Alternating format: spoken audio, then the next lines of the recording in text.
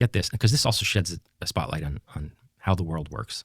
A high-level CIA officer told me that he was responsible for going to a warehouse in China. This individual spoke Chinese and could deal very fluidly with the Chinese. I'll leave it at that. And he was responsible in the 1990s for going to a warehouse in China to confirm delivery of state-of-the-art American military hardware that was being sent from Israel to China.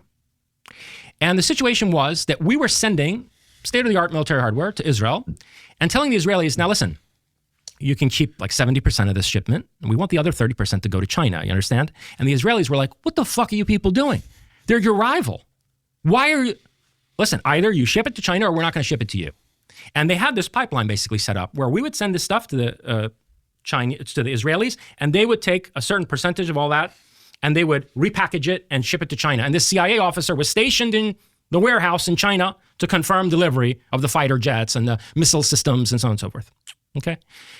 So, look, the world works in a much more complicated way than people imagine. Like, what is the objective there? Who Maybe it's ordered more that? complicated. Yeah. So what was that about? Do you know? Yeah, it's a good question. I mean, I don't have a definitive interpretation, but one thing I can tell you is this.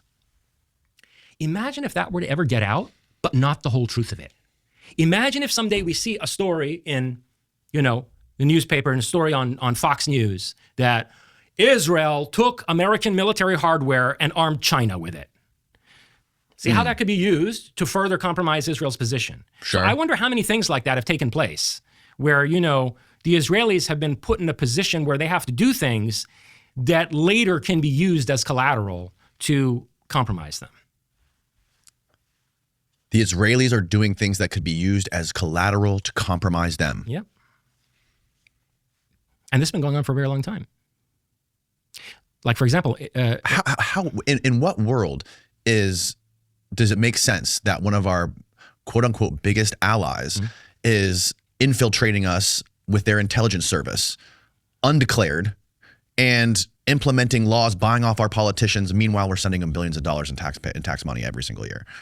And yeah, I mean, the list goes on. Then you have the whole Epstein thing, which we'll get into. Blackmailing people in the United States. So let's go here. This is another good angle from which to understand what Epstein was up to and why.